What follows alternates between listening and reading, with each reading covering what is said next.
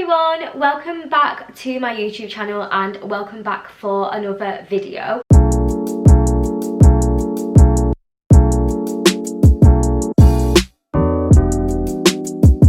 So today's video is going to be a little chatty Q&A, a little life update video. So I thought it would be kind of nice to do a sit down, chilled out, chatty video. Just have a little catch up, you know, we can all have a catch up together.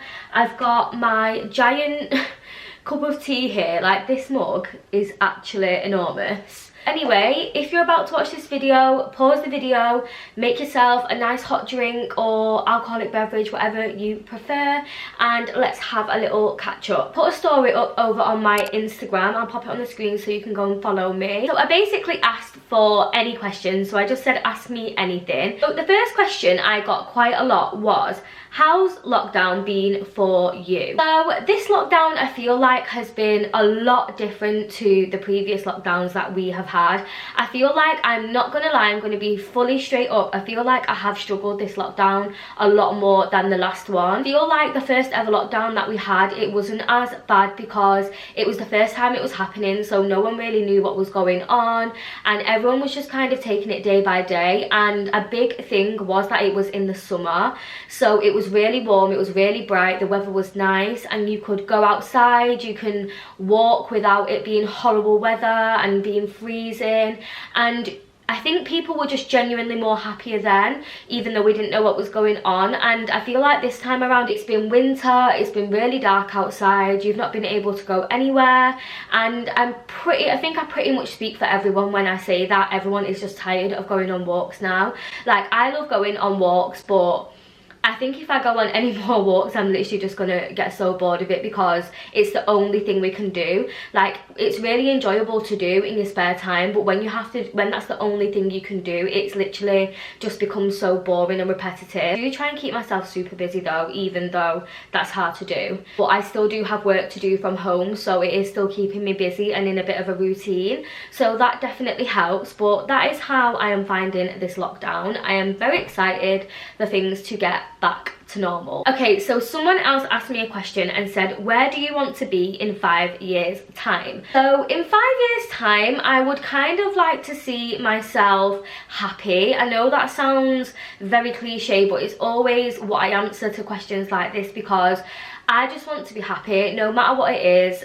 And wherever I am at that point in my life, I just want to be happy. I would maybe kind of like to take a different career path. I am really enjoying my whole like fashion and blogging kind of thing at the moment, and I would kind of like to see where that goes. Like, I would love in 5 years to be working full-time in like fashion or working for myself. I think the main things that I kind of want now in the future, especially after this pandemic, are to just be happy and healthy. Like, I think we take our health for granted so much day by day, but especially during this pandemic, it's made me realize how important it is to just be healthy. Obviously I do have a lot of personal goals, but they're things that I kind of like to work on behind the scenes. That's kind of where I want to see myself in 5 years. I would kind of like to be established in my career. I think in a few years also I would like to see myself with kids and, you know, being a working mom, you know, being that sassy working mom. I can see myself doing that. Someone said, what is the first thing you're going to do once lockdown is over?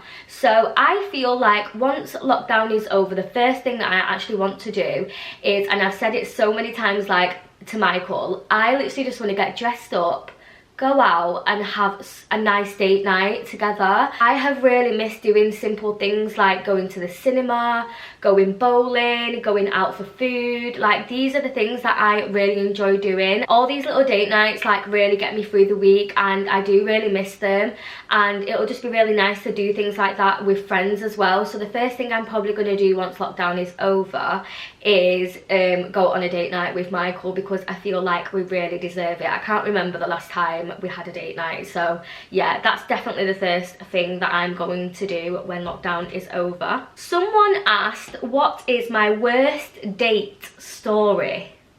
But I feel like I don't actually have a worst date story. I actually don't. I only really started going on dates properly with Michael, which is obviously the current relationship that I'm in now. My past relationships, I've not really gone on dates. Like, I wouldn't really class going to like Nando's and places like that as like a date. I haven't really had a bad date. All of my dates with Michael were just perfect, so I can't really say I've had like a worst date story to tell. So yeah, that answers that question. Not got a worst date story, which to be fair isn't a bad thing. Next question: what made you get into starting your YouTube page and Instagram? So I started doing YouTube actually a long time ago. I actually started doing YouTube when I was like 18 years old, and I started filming myself on my iPad in my bedroom. So I kept it a secret from pretty much everyone. Nobody knew that I used to do it apart from just the people in my house, like my mom, my dad, my sisters, and I literally just kept the whole channel a secret for years. I was just so scared for people to find the page, so I never promoted it and I kept it a secret. One day I was just really unhappy with the content and wasn't really enjoying it at that time, so I just like got rid of all the content on that channel. I deleted it and deleted the channel, and then a few years later I just like felt like wanting to do it again. So in the first lockdown I just started filming again because I really missed doing it. So I just kind of got back into it in the first lockdown and thought, you know what, I'm gonna do it again. And I had a lot of spare time on my hands, and my boyfriend really pushed me to do it because he just knows that I really enjoyed doing it. So he was someone that really made me go for it again, really made me want to start doing it again, because I was just like, no one's gonna watch them, no one's going to watch my videos. I've just always enjoyed watching people. So when I was younger I used to watch like Zoella, Tanya Burr, and I've just always thought, you know what, I can do that. I was like obsessed with makeup, obsessed with fashion, so I thought, why not just show the things that I do. And Instagram I have only mainly got into last year. Again, the lockdown is what made me kind of get into Instagram, because I did always upload on my Instagram, but I never really took it seriously until the first lockdown. I found that a lot of people were doing that in the first lockdown, really like into taking pictures, making their content look good. So because I did have a lot of time on my hands, that's what I sort of invested my time into.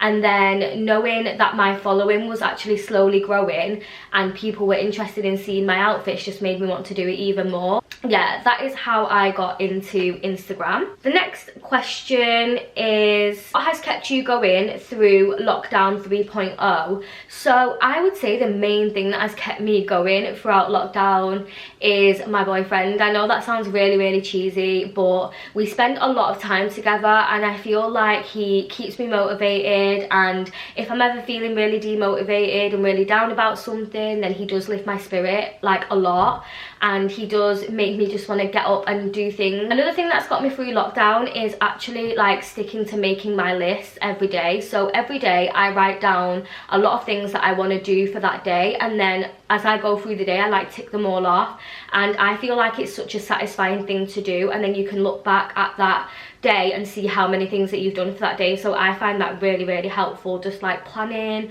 and organizing. So yeah, that's one thing that's definitely kept me sane throughout the lockdown. Yeah, so I'd say probably those two main things: my boyfriend and my diary and making lists and staying organized. So another question that I got was, what do you do for work, and do I have plans for the future in terms of my career? If you didn't already know, I do work full-time in a school and I am a teaching assistant, so that is my full-time job. So when I'm not on YouTube or creating content for Instagram, that is actually what I do. I work in a school Monday to Friday. Throughout lockdown it has changed slightly. I have been working from home, but that is my job, that is what I do full-time. In the future I'm probably going to change that career, probably won't stay in that career forever. I feel like eventually I kind of want to explore other options and see what else I can get into. Like I said, I am really into fashion, so I feel like working in that kind of area I would really enjoy that. So it's something that I'm definitely going to look into, but for now I'm going to stay put, and obviously I still do my hobbies, which are YouTube and Instagram.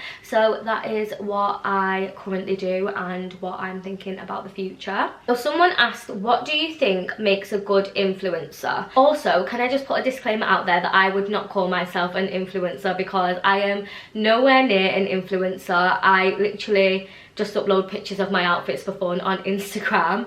But I think someone that makes a good influencer is someone who uploads consistently, someone who has a variety of content. I would say someone who is very versatile with their style, so you can pull off quite a few different kind of looks. So you could probably wear like loungewear, you could wear like sporty clothing, but you can look girly. So I think it's good to be able to pull off lots of different kind of looks. I also think uploading consistently really makes a good influencer, because you don't want to follow someone who uploads like once a month or once every 2 months, because then you're not engaged and interested in their content. I feel like a good influencer also is someone who engages with their audience. So I feel like a lot of influencers who are obviously bigger might not have the chance to reply to a lot of comments and reply to messages of people who follow them. But me personally, if anyone ever asks where any of my outfits are from or where my clothes are from, I personally tell them, because that's the whole point. You're inspiring people with your outfits. So if they're asking where they're from and you're not replying, then that's kind of going to make that person not want to follow you anymore. So I feel like someone who is interactive and communicates with their audience also makes a really good influencer. Someone asked, how is 2021 so far for you? 2021 has been quite a funny start to the year, I would say, because I think most people started off the year thinking that it was going to be very different to last year. And at first I was really happy and excited and positive that it was a new year. Then my mood started to kind of drop a little bit, because I started to realise that things weren't going great with the lockdown and we were actually back in lockdown. So then my mood just went like quite down from being like really positive and up here. I feel like the start of 2021 has been quite a roller coaster already. I started very positive and very happy about the new year, and then I ended up being really unmotivated and really down, and then like now I'm kind of like just cracking on and, you know, just trying to get through the year and hoping that the rest of the year isn't going to be a waste, and just hoping that it's going to get better. They're actually doing an announcement tonight for England, which is where I live. Hopefully things are going to get better. Okay, so my camera battery did just die, so if the frame has changed slightly then I do apologise. Where was I? So I was talking about how 2021 has been so far. So I was basically just saying that